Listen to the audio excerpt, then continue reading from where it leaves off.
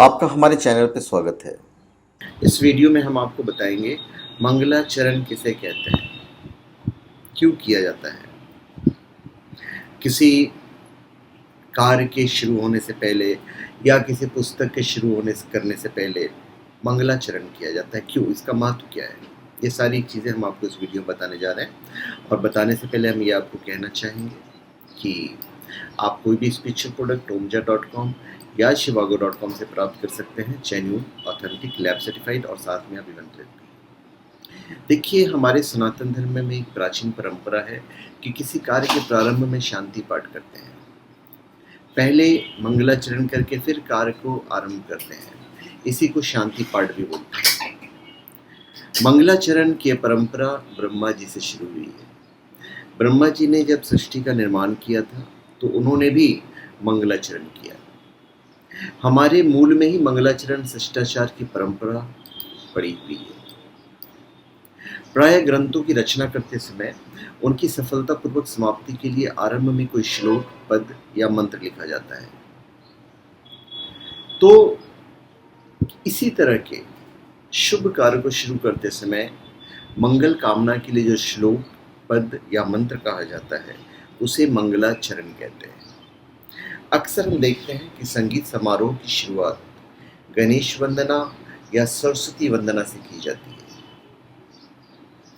मनुष्य जब कभी सत्कर्म करता है तो मानव का संचित पाप विघ्न डालने आ पहुंचता है। इस पाप के विनाश के लिए मंगलाचरण आवश्यक है। जब कोई मनुष्य बहुत अधिक भक्ति करता है तब देवगणों को ईर्ष्या होती है और वे भी विघ्न उपस्थित कर देते हैं।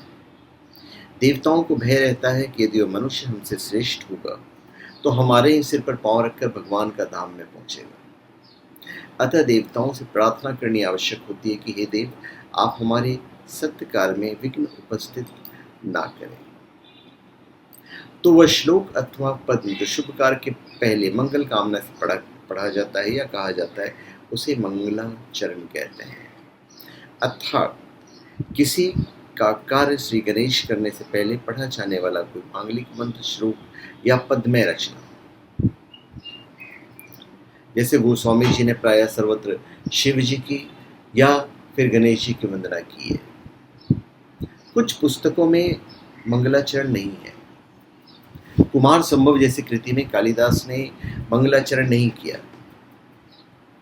परंतु फिर भी कुछ टीकाकारों ने कहा कि मंगलाचरण तो हो गया, वस्तु निर्देश भी मंगलाचरण है। जैसे महाभारत है तो महाभारत का मंगलाचरण इसके सबसे प्रसिद्ध श्लोकों में है। इसमें महाभारतकार ने नारायण, नर और नरोत्तम, सरस्वती देवी और स्वयं मतलब व्यास को नमस्कार किया है। नारायणम नमस्कृत्य नरम चैव नरोत्तमम देवीं सरस्वती व्यासम ततो जय मुद्रेत। तो मंगलाचरण का श्लोक देखने पर ऐसा जान पड़ता है कि यहाँ नारायण शब्द का अर्थ है भगवान श्री कृष्ण और नरोत्तम का अर्थ है नर अर्जुन। और महाभारत में प्राय सर्वत्र इन्हीं दोनों का नर नारायण के अवतार के रूप में उल्लेख हुआ है। मंगलाचरण में ग्रंथ के इन दोनों प्रधान पात्र और भगवान के मूर्ति युगल को प्रणाम करना मंगलाचरण को नमस्कारात्मक होने के साथ ही वस्तु निर्देशात्मक भी बना देता है। तो मंगलाचरण क्यों करते हैं, मेरे ख्याल से आप सारी चीजें समझ गए होंगे कि इसका महत्व क्या है। श्रीमद् भागवत पुराण के शुरू में भी मंगलाचरण कहा गया है। और ऐसे भी जब हम किसी काम की शुरुआत करते हैं तो हम भगवान से प्रार्थना तो करते ही हैं कि भगवान मेरे सारे कामों को आप सफल बनाएं, तो वही मंगलाचरण है। ऋषियों का संकेत यह है कि आपने कर्म के बारे में बहुत कुछ सोच लिया है, अब प्रारंभ करने से पहले ईश्वर का स्मरण कर लो, उसकी सम्मति ले लो, उसकी सहायता ले लो, उसका आशीर्वाद ले लो। जो कुछ कमी होगी वह पूरा करेगा। कर्तव्य करो, योजना बनाओ, तत्पर रहो, पर हृदय में जिसे रखना है वो तो प्रभु ही है।